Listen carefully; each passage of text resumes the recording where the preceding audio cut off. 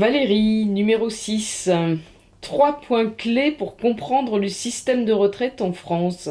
C'est quoi tout ça? C'est quoi le point clé?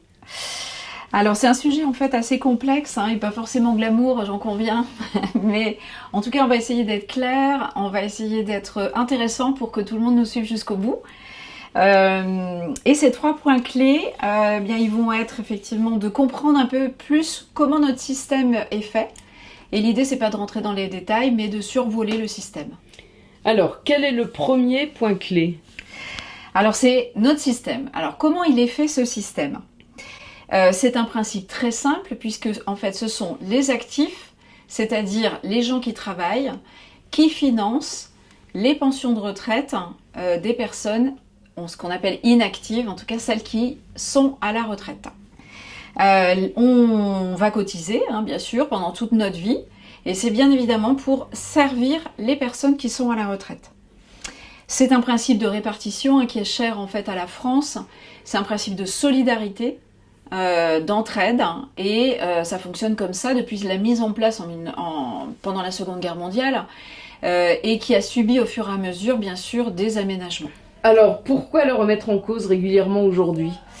Alors pourquoi? Parce qu'en fait on n'a pas vraiment le choix. On va s'intéresser à 2 critères principaux dans ce système. La répartition des actifs dans la population et puis l'allongement de l'espérance de vie.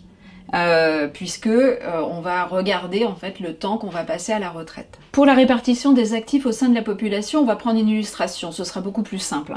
En 1960, on était 4 actifs à financer une pension de retraite d'un inactif.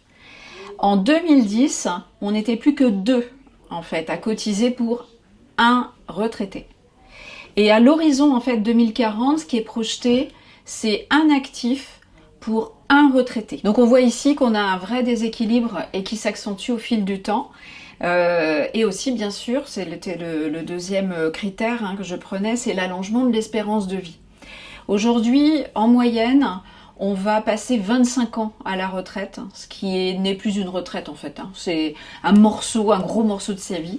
Et les femmes vont passer plus de temps encore à la retraite. On est à peu près sur une moyenne de 28 ans pour une femme. Parce que simplement on vit plus vieux, on vit plus longtemps en bonne santé, et que on est vraiment sur une deuxième vie à la retraite. Donc est-ce vraiment une retraite? Donc on a une limite du système, comme on peut constater, ce sont des faits. Donc franchement, là le système il doit s'adapter. Et c'est pas forcément en fait à, on va dire, coup de petites mesures qu'on peut arriver à rétablir un système qui soit équilibré pour tout le monde.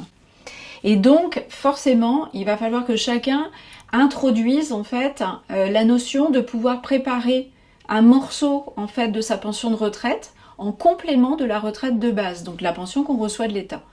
Parce que ce ne sera pas suffisant, et on va le voir un petit peu plus loin.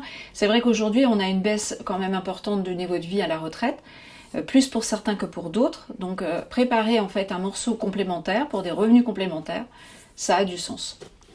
Alors, tu nous as parlé, Valérie, de 3 points clés. Quel est le deuxième? Alors le deuxième, c'est le panorama. On va regarder à 360 ce que c'est ce système de retraite.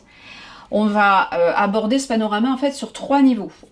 Sur le premier niveau, on a le régime de base, qui est en fait un régime obligatoire, qui est fixé en fait par les pouvoirs publics. On va avoir le régime complémentaire, qui va être également obligatoire et fixé par les partenaires sociaux. Souvent, ce seront plutôt les cadres, les agents de maîtrise qui vont être concernés.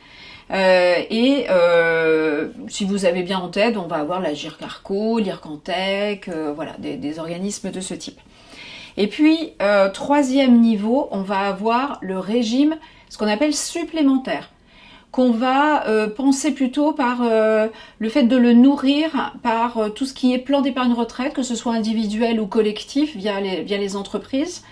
Mais moi je dirais même plus largement, on peut considérer que ce régime supplémentaire, c'est nous qui le fabriquons. On peut le considérer comme, on va dire, un morceau de capitalisation qu'on va mettre en place de manière à compléter en fait ce régime de base, ou ce régime de base plus le régime complémentaire. Les droits en fait dans le régime de base, C'est simple, ils sont acquis et comptabilisés par trimestre. Hein. Alors attention, parce qu'il y a des trimestres validés, mais il y a parfois des trimestres validés non cotisés. C'est assez subtil. Donc le fait est qu'il faut vraiment s'y pencher. Et c'est en fonction des heures travaillées. Pour les régimes complémentaires, on va avoir un système de points. Et ces points-là, à la retraite, vont être convertis en fait en tout simplement pension de retraite complémentaire, en valeur, hein, en euros. Les régimes supplémentaires, on en a parlé tout à l'heure, c'est plutôt de l'épargne retraite et globalement tout ce que vous aurez mis en place par vos propres soins pour compléter vos revenus à la retraite. Alors on arrive donc au troisième et au dernier point clé, Valérie. Ouais, c'est un peu le calcul en fait de la pension de retraite. Alors vous doutez bien que sur quelques minutes, on va absolument pas calculer vos pensions de retraite. D'abord, c'est très différent selon l'activité professionnelle qu'on exerce. Il n'y a pas de calcul universel parce que c'est vraiment très compliqué. Il y a des caisses de retraite très différentes en tant que salarié, fonctionnaire, travailleur non salarié, profession libérale. Donc c'est un système assez complexe sur lequel il faut se poser. Alors peut-être avec un Doliprane, c'est possible, mais en tout cas il faut se poser dessus de manière à avoir un éclairage suffisant. Et c'est important en tout cas de retenir que pour la définir, on va prendre l'âge bien sûr au moment où vous allez ce qu'on appelle liquider votre retraite, c'est-à-dire quitter l'activité professionnelle pour aller chercher la pension de retraite. On va définir aussi par rapport au nombre d'années ou trimestres cotisés, donc c'est vraiment le mot cotisé qui est important. Et bien sûr les revenus sur lesquels on a effectivement cotisé par exemple pour un régime complémentaire.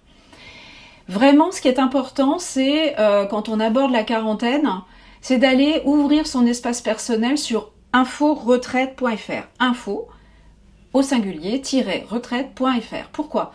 Parce que c'est un déversoir de toutes les caisses de retraite et là vous allez trouver une simulation si vous abordez tranquillement la dernière dizaine d'années qui vous reste à travailler, ou une simulation qui va vous donner une tendance. Et donc c'est là-dessus en fait que vous allez pouvoir vous fixer au fur et à mesure du temps pour aller préparer aussi tranquillement votre retraite en toute conscience. Terriblement instructif tout ça, mais qu'est-ce qu'il faut retenir exactement ? En fait, ce qu'il faut retenir aujourd'hui de notre système, et avec beaucoup de faits aujourd'hui, c'est que le système il est déséquilibré. Des réformes ont lieu régulièrement sur le sujet, elles ne sont pas suffisantes pour rétablir ce déséquilibre.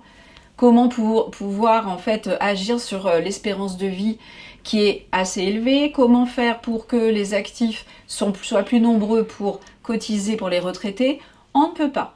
Donc ça veut dire qu'il faut avoir conscience de ce système, avoir globalement en fait les tenants et les aboutissants, et surtout prendre en main son avenir.